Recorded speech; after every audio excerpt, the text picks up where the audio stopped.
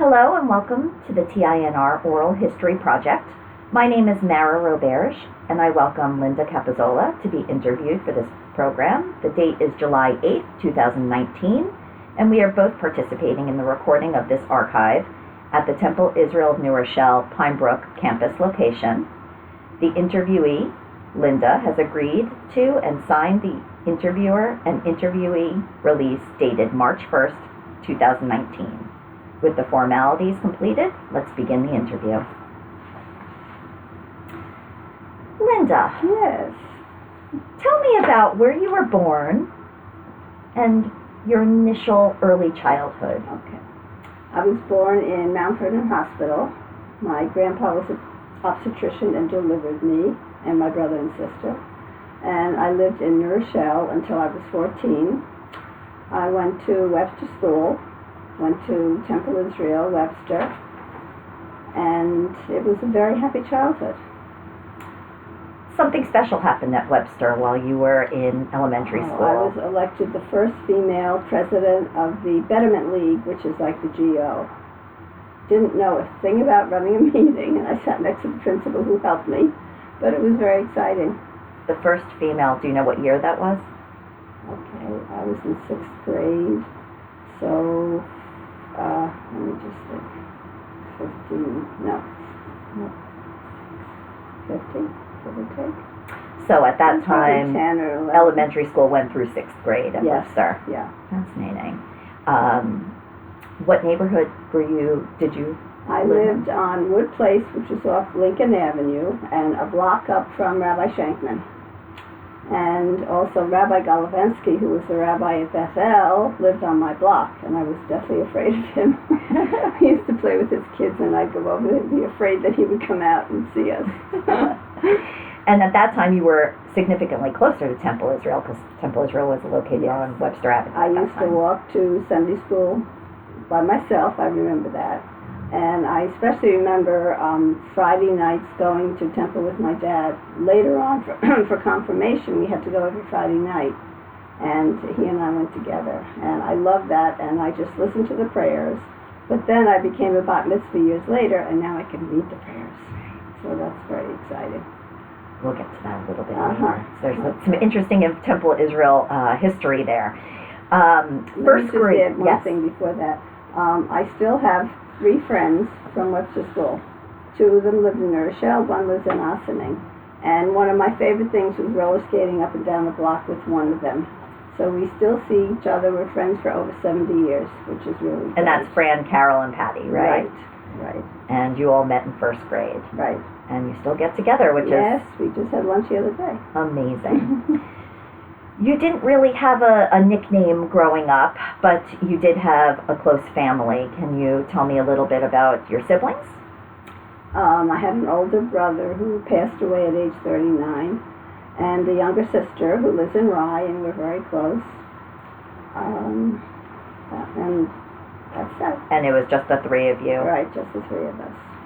Now, school was very dear to your heart. Obviously, you became an educator later on in life. Well, I'll tell you that. I know what you're saying. I had Miss Robinson for 2nd and 3rd grade, who I adored. She used to play the piano, and we sit around and sing. And what I loved was my grandmother, if she slept over, had curled my hair in rags. So the next day we sing at the piano, and I just think I'm the most beautiful thing in the world. Anyway, she became very important because she's the reason I became a teacher. And when I interviewed to get my first job, Sim Joe Smith was the superintendent.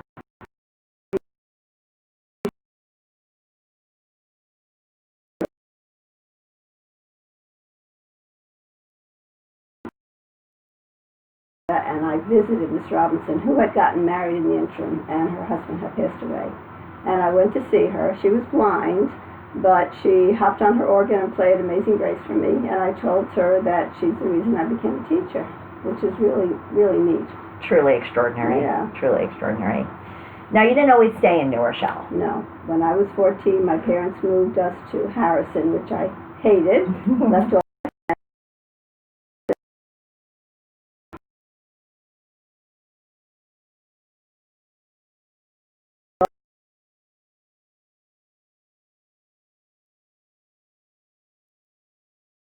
and I played flute and piccolo in the marching band. So that was the only happy thing about that. We had a very eclectic group of friends, one Irish, one Italian, 2 Jews, and a Swedish girl.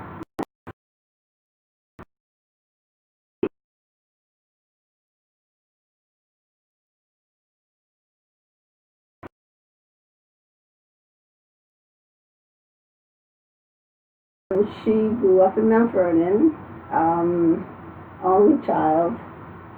She had lots of cousins from my grandmother's side because they came from London. There were 8 children in her family. My grandpa came from what was called Kurland, which was Germany, Russia. And whichever country was in charge was the language that you learned. He learned German. And can I talk about him now? Yeah. He came here and ultimately brought his sisters over. I think there were 5. And he learned English, worked in a pharmacy, and went to medical school and became an obstetrician. Extraordinary.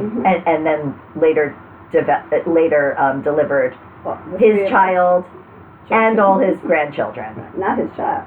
Yeah, his child and his grandchildren. Right. That's really right. cool. Right. Really cool. So your grandfather actually met your grandmother. We don't know. I tried to find out, and it was here, obviously, in this country, but I don't know. All I know, there were stories about her going to the grocery store and seeing him or something like that. I don't know. But she was she's my person, and she's the sweetest. She was the sweetest, and her name was Edith, but everyone called her Dolly because she was a doll. And she is the most special person absolutely. to you. She could cook and bake. She made challah. She did Passover. She did Shabbat, which I vaguely remember going there on Friday nights. I must have been very little. Amazing. And my grandpa died in 46, and my granny ultimately moved into Harrison. She was 92 when she died. Wow. But she was a peach. She was. Not only was she a peach, but during that time, which is quite extraordinary, she too was an educated woman. She went to Hunter College. She knew Tom Hunter. She taught for 6 months. And I have her reports from the principal. They're hysterical. She apparently wasn't too strong on discipline. But she taught for 6 months. Anyway, and they got married, and that was that. That's really cool. So back then, she got educated, she taught for a little, as soon as she got married, it was immediately family. Right. Now, and your grandfather, Herman, yes, had his office actually in the home? In the house, yeah. He built the house in Mount Vernon, and it's right near the park at the bottom of Lincoln Avenue, and he had his office there. And my sister and I used to go there and play, I remember, in the office with his tools, or whatever you call them. And he was very sweet, but I don't have a lot of memory of him because he died when I was 6. But you do remember a very sweet man. And you do remember a couple of his hobbies. That my grandfather. Oh no, that was my father. Oh, my father. Okay. Yeah. Okay, understood. But I know my grandpa smoked a lot, and he died of cancer. And they lived in Mount Vernon until my grandmother moved. Right. Interesting. She was quite old. So they had your mother, Ruth, and who was also born in Mount Vernon Hospital. Right. And then your mother also went on to get educated as well. My mother went to Syracuse, and I went to Syracuse. My sister went to Syracuse. My nephew went to Syracuse. I loved it. I was there for 4 years. That's really cool. I majored in elementary education, which was quite boring. It didn't really teach me much about teaching. Get there the first day, and what do I do now? Now, unlike your grandmother, who I guess wasn't a disciplinarian as an educator, your mother was the tough one. My mother was a disciplinarian, right? Yeah. She was not a good cook. She was tough. One of the few memories I have of her was when I was sick in first grade with chickenpox, and the teacher sent home 2 books, Dick, Jane, and Spot, those wonderful readers. And I cracked the code, and I learned to read in that week. And I remember the feeling reading. And I remember her sitting with me reading, but I don't remember her sitting with me reading very often. Right. Interesting. Okay. So Ruth, your mother, then met your father. Right.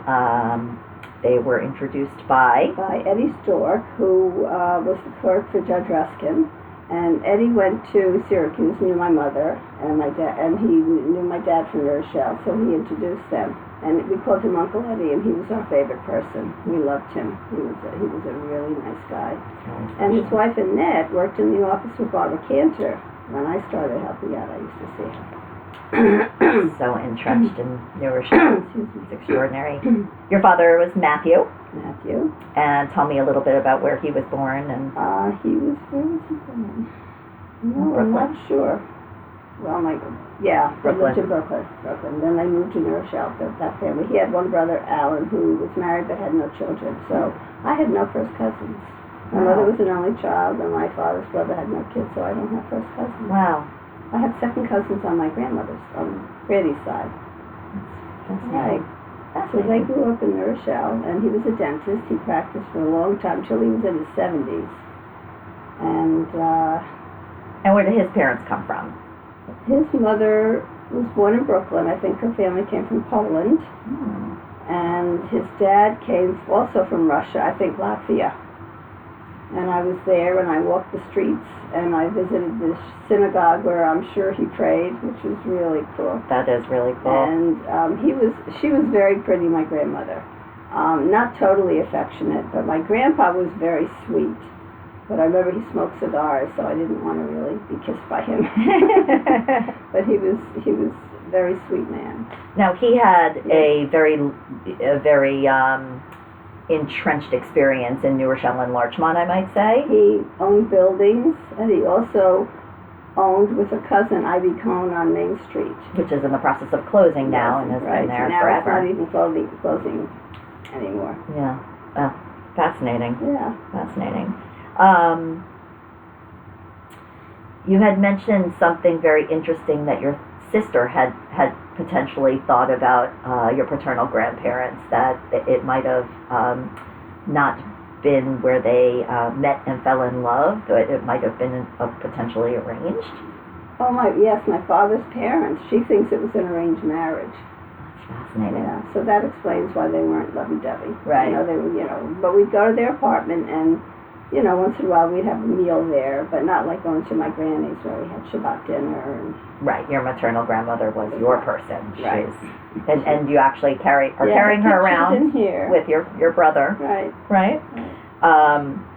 So you weren't super close with your father's family. Right. But they were close in proximity to you. Right. Okay. So I'll tell you about my father. Please. When Eddie went to Tufts, he drove up to Tufts. My dad went with, no, it wasn't Eddie. It was another friend who drove up there who was going to Tufts, and my dad took a ride with him, and then he got there, and he said, well, I'm here. You have to accept me. So I guess he was on probation for a year, but he continued to go to Tufts. He went to Tufts Dental. And that was my dad. And he was hopefully great. in a couple of years, when my daughter goes to college, it works the same way. She just shows up and they take her. Right. Isn't it amazing He how... loved to dance. He was great. He played in the dance band at college, which he told us. He played piano. Oh, that's right. Yeah, very musical.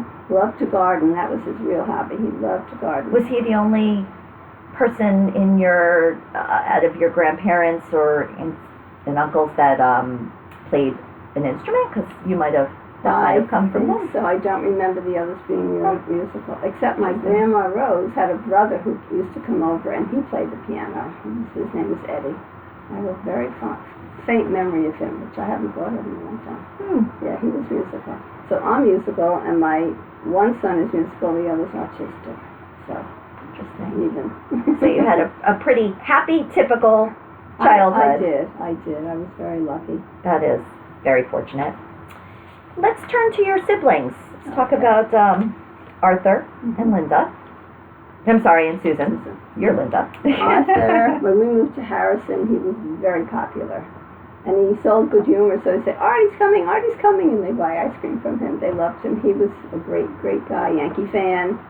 And unfortunately, he got married, had 3 kids, but unfortunately he died of blood clot, which was kind of inherited because my parents both had phlebitis. And he was in the hospital 4 days and he passed away. It was very sad. But his kids are great. I'm in touch with them and their children. That's He would beautiful. have 6 beautiful grandchildren. Oh, So they were fairly young when he passed. too. Yeah. In fact, my nephew just had his bar mitzvah. Oh. He was 14, I think, yeah. Heartbreaking. It was very sad. So his wife moved to Florida and ultimately remarried, and that's where all the kids are, in Atlanta, Florida, down there. It's great that you remain connected. Yeah. My sister lives in Rye. We're very close. We speak on the phone a lot. We don't see each other a lot, but we speak on the phone a lot. She has a house in Nantucket and goes up there for most of the summer. Fabulous. Loves that. She's a dog person like I am. In fact, everybody in our family is a dog person. Almost everybody has a dog. Interesting. We all have dogs. Wow, so you've had dogs growing up? I grew Did up you with them. We Yeah. had dogs and puppies. Oh, wow. Oh, yeah. And my father had never had a dog, and then we had a litter, and one little one slept right here on his neck, so he became a dog person, too. Oh, that's great.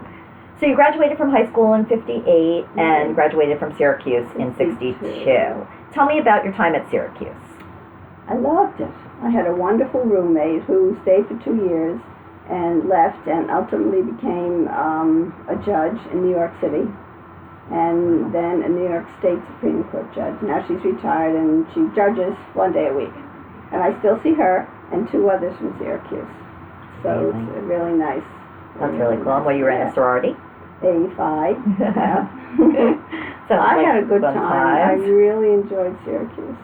That's wonderful. Yeah. So after you graduated, you did... I lived in New Rochelle, and then I started teaching at Mayflower School, which is now Iona. And Mayflower was an elementary school that was across Iona. the street from Right. Iona on Mayflower. Right. Interesting. And what's interesting, this gal, Arden Lewis, just is making a movie about, it's called Leveling Lincoln, when they destroyed Lincoln because of the decision. Integration? Right. Right. The Brown versus the Board of Ed. Right. And they came and interviewed me because I was teaching at Mayflower, and when they closed Lincoln, some of the kids walked to Mayflower and some went to Roosevelt. Interesting enough, Yeah. that exact topic is coming up again in our Right. school board challenges. Interesting. So they have been talking about the Lincoln, But the those integration. kids, black and white, they all went to school together, walked home together. There was never a problem that I could see. There really wasn't. And I taught there from 62 to 68. I got married in 68. And then Michael was born in 69. Stephen was born in 70. And I never went back until full-time till I think 83. But I taught night school from 72 to 83. Wow. And you did go back for a master's. Yeah, I got my master's in reading while I was teaching. Amazing. And after you had your boys. Yeah. Pretty amazing. It's a full plate. So 2 young children, master's degree, Right. teaching at night school. Right. I don't know how you did it. Yeah. Extraordinary. What was your favorite grade to teach? Well, they first hired me to teach 3rd grade, which I didn't like. I had students taught 3rd and 5th, and I didn't like either one. I always wanted 1st, like Miss Robinson had 2nd. Mm-hmm. And I started subbing before I went back, and they sent me to Columbus School, and I had 1st grade for 6 weeks. And I remember Tony Papalardo said, Linda, don't be surprised if you're here next year, because they're closing St. Joseph across the street, and we're adding a 1st grade, and that's how I got there. Oh. I taught for a long time, and I loved it. I loved it. And the last 10 years I taught kindergarten, which I also liked. But I realized it was time to go. What I find extraordinary is how much you've seen of the changes in New Rochelle. So when you were growing up and during integration, was it primarily just the black and the Caucasian? Where in Webster School, it was both. You know, we had black and white. At the other end of New Rochelle, Roosevelt, I call those the rich Jews. Yeah. I'm sure there were not too many black kids until although this Arden Lewis said she went to Roosevelt, so then I guess they started getting black kids. I don't really know what was going on. Was there a Hispanic population at that time? No, so it was just the 2 populations. It's interesting because the mayor, way back in New Rochelle, had a Mexican man come to help him in his house. I'm not sure what his position was, and he got very lonely, so they kept importing people from his family to keep him company, and little by little they came, and they all settled right near Columbus School. They all came from that one town and moved to this one city. You've seen the changes of New Rochelle. Well, Columbus was German first, then Italian, then Spanish. When I was teaching, when I started, it was all Italian. The mothers would fight to be class mother, you know, because they were home, and then Hispanic, and they were wonderful. But intact families. I taught ESL at night, so I ultimately had some of those people's kids when I taught kindergarten, so it was interesting. They had to learn English and the curriculum in kindergarten. Yeah, it's just so nice to hear. But I loved it. The parents were respectful. The kids were great. We started out diverse, and we've only become more diverse, and that's a beautiful, beautiful thing. Okay, so let's turn to your boys, your pride and joy. Michael was born in 69? 69. He was just 50 2 days ago. Oh. Yeah. Wow. And Stephen in 70. Stephen in 70, right. Amazing. Michael is, is it left brain that's entertainment and right brain is the other, or vice versa? I'm not sure, but he does comedy. He's a stand-up comic. He does commercial. Right now he's in London because his wife works for Facebook and they sent him there. So he loves it. He has a good agent, and he does comedy for expats, and they love him. You know, he did come back for Perm for us last year. We all got to see and he has a very little role in Men in Black 4. He has 15 words. And commercials. People have seen him on TV. He's fun. Your boys went through Temple just until the name. Just until Bar Mitzvah time. That was okay. It. Yeah, they did not enjoy it. No, they really didn't. Well, to be fair, you didn't either. Yeah, we'll get there later. Cantor reps did their Bar Mitzvahs. Oh, really? Right. That's really cool. Right. Who is our Cantor Emeritus now? Yes. For future generations. Right. Tell me about how Judaism, though, has played into Michael's world. Michael, it's funny, when he went to college, every girl he went out with was Jewish. I used to hear, Mom, it's another Jennifer. Anyway, he finally got married at 48, and his wife is not Jewish. In fact, she's from a fundamentalist background and finally escaped. She has written much about that, and she's a dear. She really is sweet. She's the one that wanted them to get married by a rabbi. They got married in this beautiful woods in San Francisco. Amazing. And, But he does use his Jewish background. Oh, in his comedy. Yes. He says, I always thought my last name was Babakasha. Which means? Thank you, or be quiet, something, or thank please, you. Please. Michael, please. I thought we'd check it. His one report card said, Michael has finally learned not to talk out too much. Whatever. He was a class clown. In junior high, I would go and they'd say, oh, you're Michael's mother. Yeah. Yeah. Well. But, he went to Ithaca College. He still sees people from Ithaca College. They have reunions. And has he remained in touch with anyone that was from his youth, from New Rochelle? A couple of people, yes, he has. He is a good friend and he has good friends. Same as Stephen. Yeah. Stephen is, I can't say intellectual, more studious. He lives in Washington right now, and he writes articles and edits articles for different things. He's trying to help manufacturing, steel, coal, the workers who need jobs, things like that. He's very conscious of the environment and so forth. And his wife has a pretty interesting job. Can we talk about that? You can just say what she does. His wife is the Undersecretary of the Treasury under Mnuchin. Yeah. She travels a lot, and Stephen is in charge of Liat, their 8-year-old, a lot. So they're very close. So they have one daughter. Who is now at Crane Lake Camp. Oh, right. Amazing. Right. Yeah. Did your boys ever go to camp?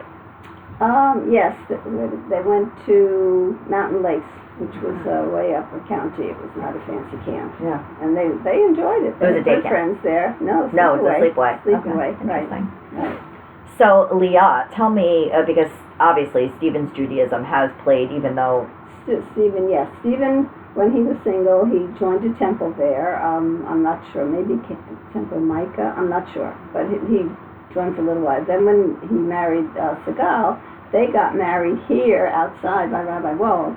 I don't know if they belong to a temple, but Liat goes to a Jewish school, and she's at Crane Lake. And, and she'll be Bat Mitzvah and oh, for sure. Judaism, a very strong part of their family. Yeah, very. And interesting that Stephen asked Rabbi Wald. Because he was so bored by him. And yet he, when he came here once to visit with Liat, he said, I want Rabbi Wald to bless her. So I guess it... Yeah, it comes around, right? Does. You don't realize the stuff that the foundation that it brings you. Very interesting. So let's talk a little bit about your experience specifically with Temple Israel. So obviously you started here in 46 as a first grader. First grade, yeah. At the Webster Avenue campus. Yep. And something I remembered, which I should mention, my mother was active. She was, I think, sisterhood treasurer. She was also active in PTA. They had a Braille bindery. They used to bind books for the blind. I know nobody ever heard of that. I lost my mind when you told me that for the first time, because I just think that is so fabulous. I remember the room where they did it on Tuesdays at Temple Israel. Yeah. That's amazing. She used to work on the, what did they call it? Rummage sale. She'd sit with the money. She was very bright and good with money. So she'd be the money counter. I started in first grade and went every year. I went Sunday school. Sunday school, yeah. I went through confirmation, and I got the Best Willie Award because even though we lived in Harrison at that point, I drove back every Sunday and I helped Lottie Brandeis in the office count the money, inherited. And I loved that. We used to meet in Rabbi Shankman's office. And who was Best Willie? That was Rabbi Shankman's mother-in-law.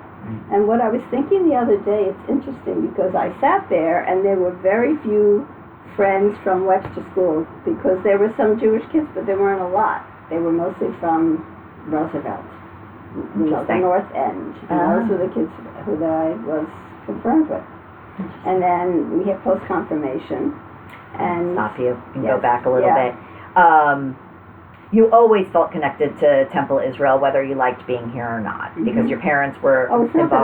I didn't like Sunday school. Right, you didn't like Sunday school. You loved the community and you loved your foundation. You just didn't love Sunday school, and you did mention you had homework for Sunday school. Every Saturday night, read the chapter, answer the questions. Which I hated it. You loved with fervor. Your father was in the Brotherhood as well?